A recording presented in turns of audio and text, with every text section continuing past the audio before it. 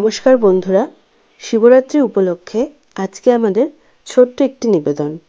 যদি আমাদের কাজ আপনাদের ভালো লাগে, অবশ্যই চ্যানেলটিকে সাবস্ক্রাইব করে এবং আপনাদের মূল্যবান মতামত কমেন্টে জানিয়ে পাশে থাকবেন।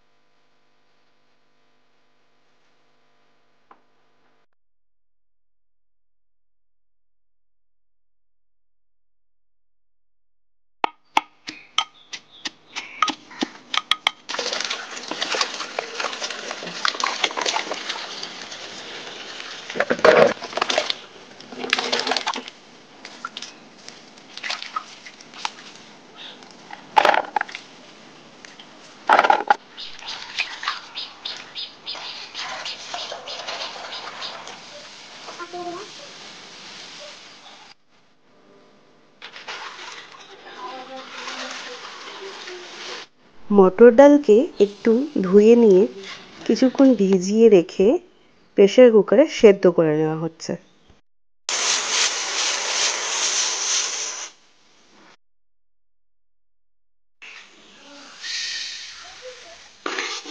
মুগ ডালকে শুকনো খোলায় হালকা করে ভেজে নেওয়া হচ্ছে।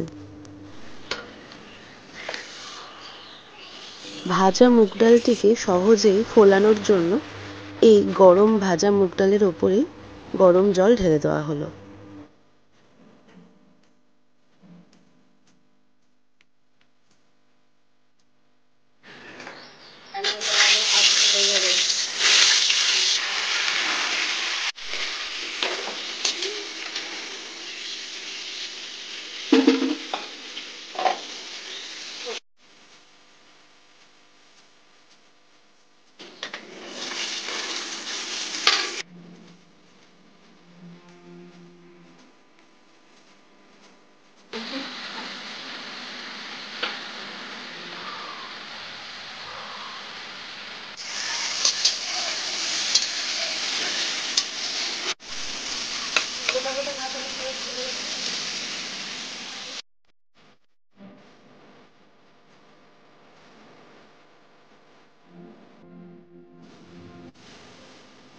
গোটা গরম মশলা, দারচিনি এবং এলাচ,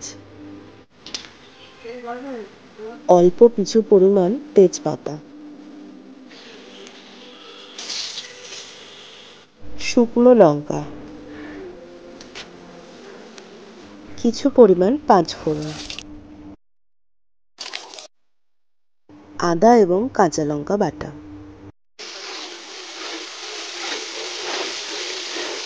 পরিমাণ মতন লবণ, পরিমাণ মতন হলুদের গুঁড়ো। মশলা ভালো করে কষিয়ে নিয়ে ভিজিয়ে রাখা চাল মশলার ওপরে দিয়ে দেওয়া হলো।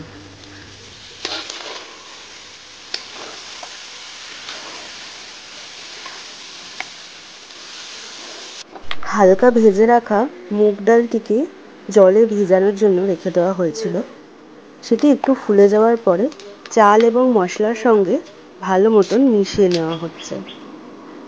চাল এবং ডালকে ভালো মতন মশলার সঙ্গে একটু কষিয়ে নিয়ে বড় পাত্রে এটিকে এবার ঢেলে দেওয়া হবে।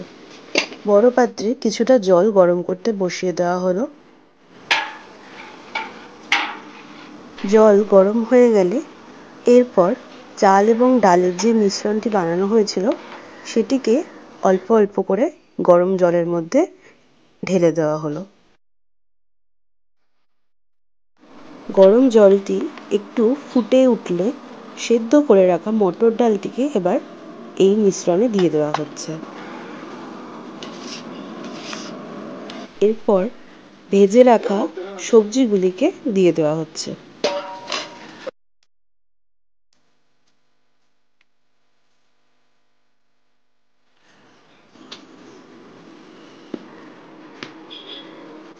রান্না প্রায় শেষের দিকে। সবার শেষে দিয়ে দেওয়া হলো একটু টমেটো।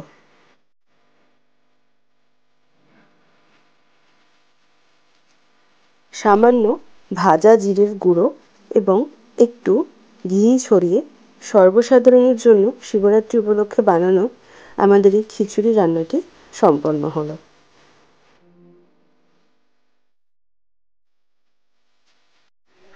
নমস্কার বন্ধুরা, আজকে আমরা শিবরাত্রির পুজো উপলক্ষে একটু খিচুড়ি প্রসাদ বানিয়েছি,